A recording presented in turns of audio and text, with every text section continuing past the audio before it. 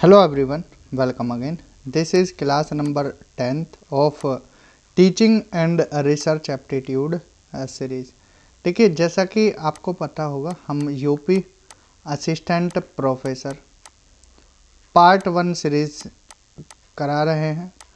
Part 1 में हमने आपको क्या क्या पढ़ा रहे हैं, सारी यूनिट्स जो भी हैं टीचिंग एंड रिसर्च एप्टीट्यूड।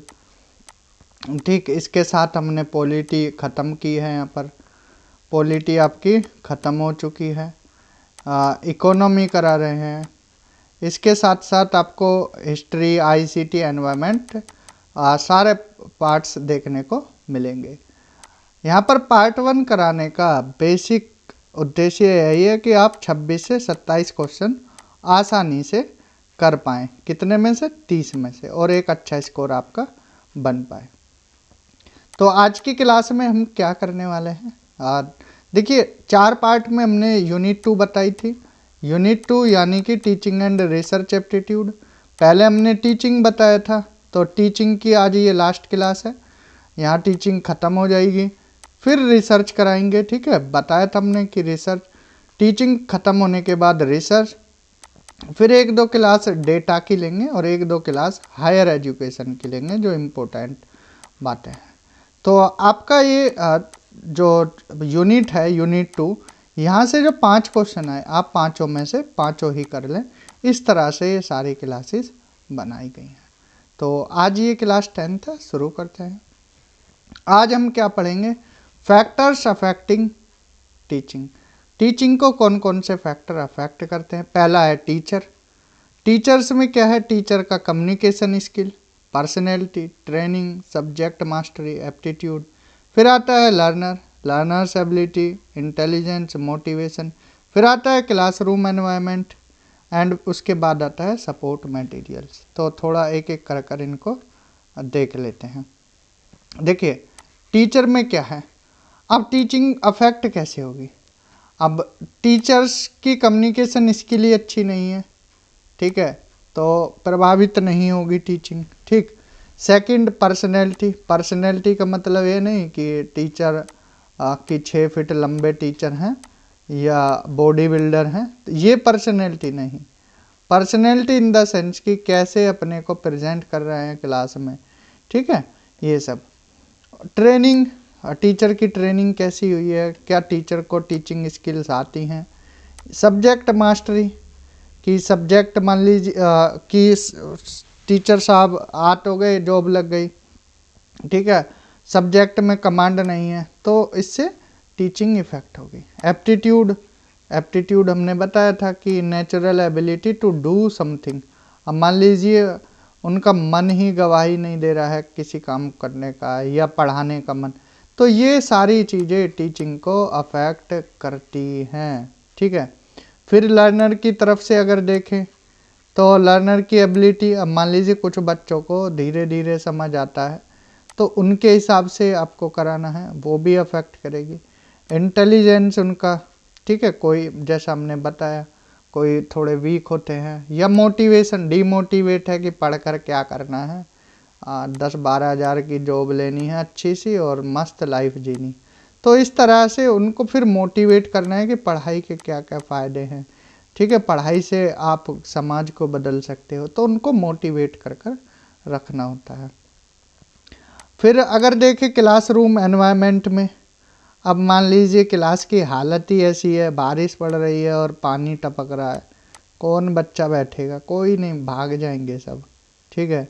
या बेंच नहीं है, सर्दी है, मास्टर साहब नहीं आ रहे, तो बच्चे भी नहीं आ रहे, ठीक है, इधर उधर घूम रहे हैं। ठीक, ये आपको देखने को मिल जाएगा, ऐसा नहीं है, ठीक है, ये उदाहरण भी देखने को मिल जाते हैं अगर गांव देहात के स्कूलों में आप देखोगे।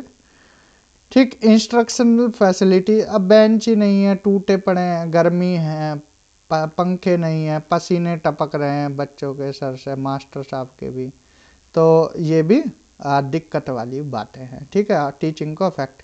अब मान लीजिए मास्टर साहब हैं, फोकस कर रहे हैं क्लास पर और पसीने में लथपथ, पता लगा मास्टर साहब के बाल तो इतने लंबे हैं, ठीक है, अब यहाँ से पसीने टपक रहे हैं, कहाँ से पढ़ा पाएंगे। ठीक है, तो ये भी चीज़ें अफेक्ट करेगी। पूरा पसीने पसीने में, बच्चे भी पसीने में, तो वो पढ़ाने पर ध्यान देंगे या अपने पसीने पहुँचने पर, ये तो अफेक्ट करेंगे टीचिंग को। फिर है सपोर्ट मटेरियल। ठीक है, अवेलेबिलिटी ऑफ स्टडी मटेरियल। अब मास्टर साहब के पास मटेरियल ही नहीं है, ठीक है, या ऑनलाइन पढ़ा रहे हैं तो कभी ऑडियो भाग गई, कभी वीडियो की वीडियो में चिपके रह गए, मीन से एक फ़ोटो ही आ रही है, बस बोलते जा रहे हैं, बाकी वीडियो चल ही नहीं रही। ऑनलाइन टेस्ट, ये सारी चीज़ें भी सपोर्ट मटेरियल हैं टीचिंग के। ठीक है, ये आप कुछ चीज़ें ध्यान रखने हैं जो फैक्टर्स अफेक्ट करते हैं टीचिंग को। ठीक है जी।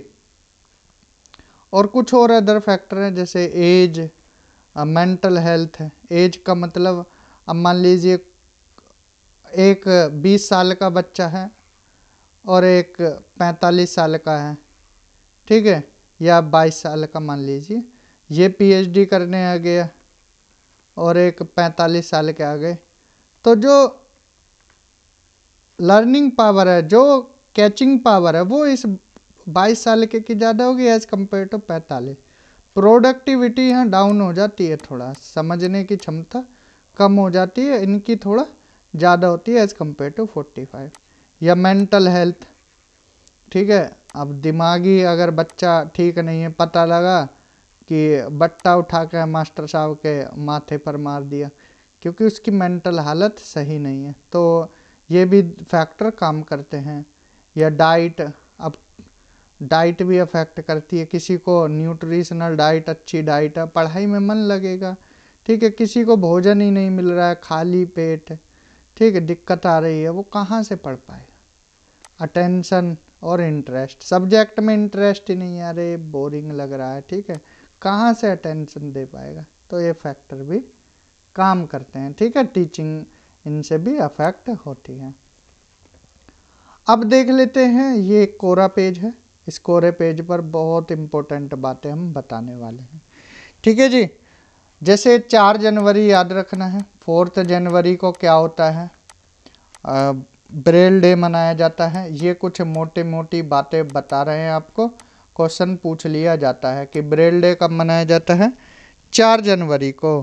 बालिका दिवस कब मनाया जाता है, 24 जनवरी को बालिका दिवस। ये दिवस इसलिए बता रहे हैं क्योंकि पूछ लिए जाते हैं। बालिका दिवस, जिसको नेशनल गर्ल चाइल्ड डे भी आप बोल सकते हो। इसके बाद अगर बात करें तो मदर लैंग्वेज डे की बात करें तो कब मनाई जाती है, 21 फ़रवरी को। ठीक है, लिख लीजिए, international mother language day, international mother language day.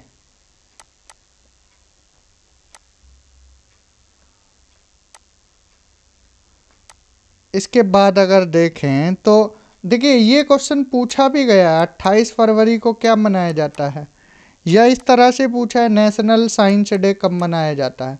तो इसलिए इनको स्किप मत करना। ठीक है, नेशनल साइंस डे कब मनाया जाता है, तो 28 फरवरी को। 21 जून को आप सभी को पता होगा भली भांति कि 21 जून को क्या है, योगा डे मनाते हैं। ठीक है, कौन सा day, yoga day, international day of yoga. ठीक है, 5 सितंबर को बच्चे बच्चे को पता है कि क्या मनाते हैं, टीचर्स डे मनाते हैं, टीचर्स डे। लेकिन ध्यान रखना, ये टीचर डे क्या है, नेशनल है। ठीक है, नेशनल टीचर्स डे है, मीन से भारत में मनाया जाता है।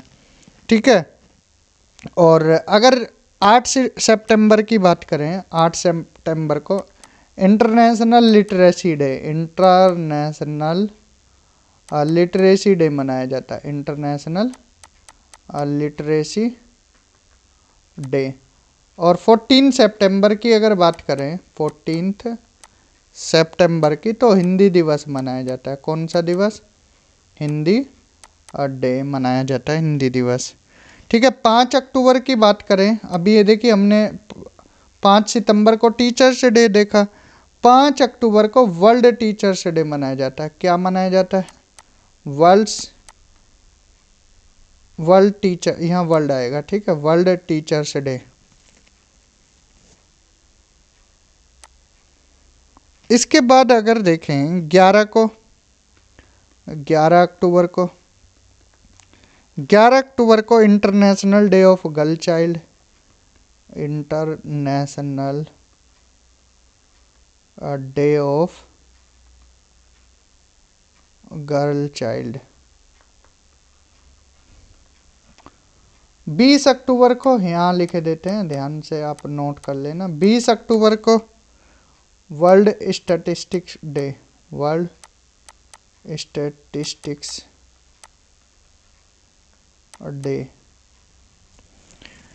ठीक है जी। 1 नवंबर को, 1 नवंबर को नेशनल एजुकेशन डे,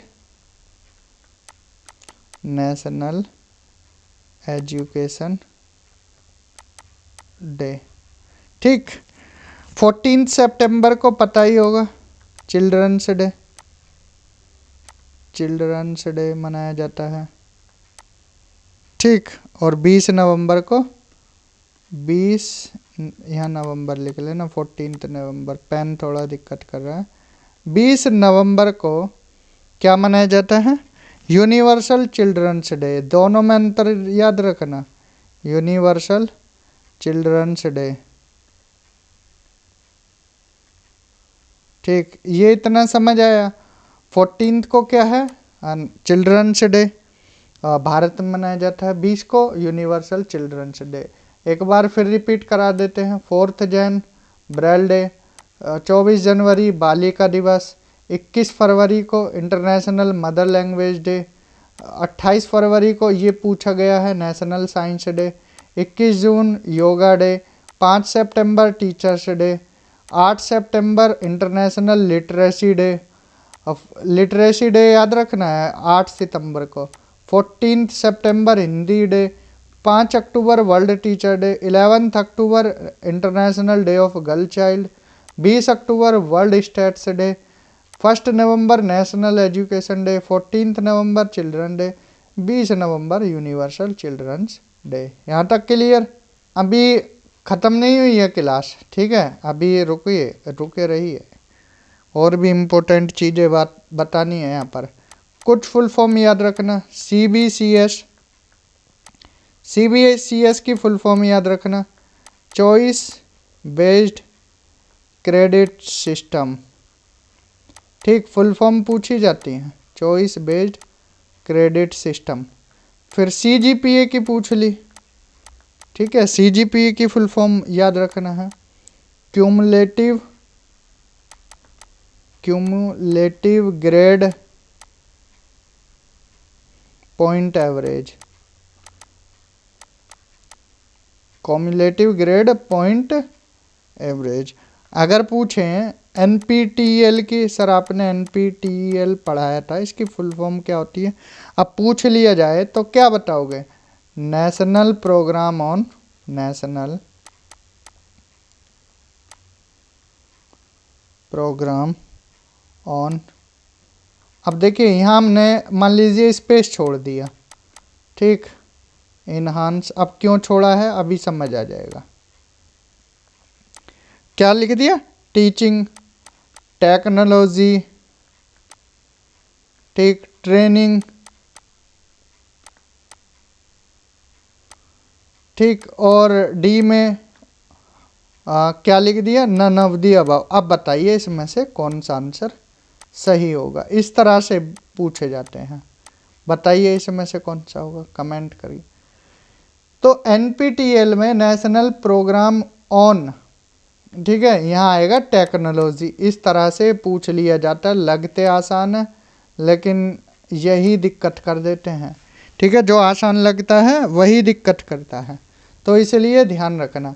CBCS की फुल फॉर्म, CGPA की, NPTEL की। एक चीज़ और बताते हैं, जो मैप मेकिंग है, ठीक है, मैप मेकिंग, ये इस कॉन्सेप्ट को कौन लाया था? मैप मेकिंग के कॉन्सेप्ट को, तो उनका नाम याद रखना है, टोनी बुजान। क्या नाम है? टोनी बुजान। 1960 में जो मैप मेकिंग का कॉन्सेप्ट है उसको टोनी बुजान लाए थे। अब हम आपसे पूछें कि एजुकेशन कौन से सस्टेनेबल डेवलपमेंट गोल में आती है, तो सिंपली याद रखना सस्टेनेबल डेवलपमेंट गोल 4 में आती है, कोई इधर उधर की बात नहीं, सिंपल SDG 4 में। ठीक है, अब हम आपसे पूछें इमोशनल इंटेलिजेंस जो शब्द है, EI की फुल फॉर्म भी पूछ ली जाती है, इमोशनल इंटेलिजेंस। ठीक, इस कॉन्सेप्ट को किसने डेवलप किया था? देखिए डेवलप किया और टर्म दी, ये किसके द्वारा दिया गया? नाम याद रखना दोनों के, सैलोवरी एंड मेयर ने, सैलोवरी एंड मेयर ने कब? 1989 में, ईयर भी याद रख लेना है। सैलोवरी एंड मेयर इमोशनल इंटेलिजेंस से रिलेटेड। ठीक है जी, एक चीज़ और ध्यान रखना, इमोशनल इंटेलिजेंस से रिलेटेड बुक, इमोशनल लिखे देते हैं पूरा नाम, इमोशनल इंटेलिजेंस बुक किसके द्वारा लिखी गई? क्योंकि ये टीचिंग से ही रिलेटेड है, इसीलिए हम यहाँ बता रहे हैं। ठीक है, इमोशनल इंटेलिजेंस बुक ये डैनियल गोलमैन के द्वारा, काफ़ी फेमस नाम है डैनियल गोलमैन। ठीक है, 1995 में, जब हम भी पैदा नहीं हुए उस टाइम की है। ठीक है, डैनियल गोलमैन 1995। तो ये कुछ इम्पोर्टेंट बातें थी जो इस स्लाइड में बताई हैं। तो आज की क्लास में इतना ही, यहाँ टीचिंग ख़त्म होता है। क्लासेस अच्छी लगी हैं तो ज़्यादा से ज़्यादा शेयर करिए, चैनल को सब्सक्राइब कीजिए। Thank you, have a good day.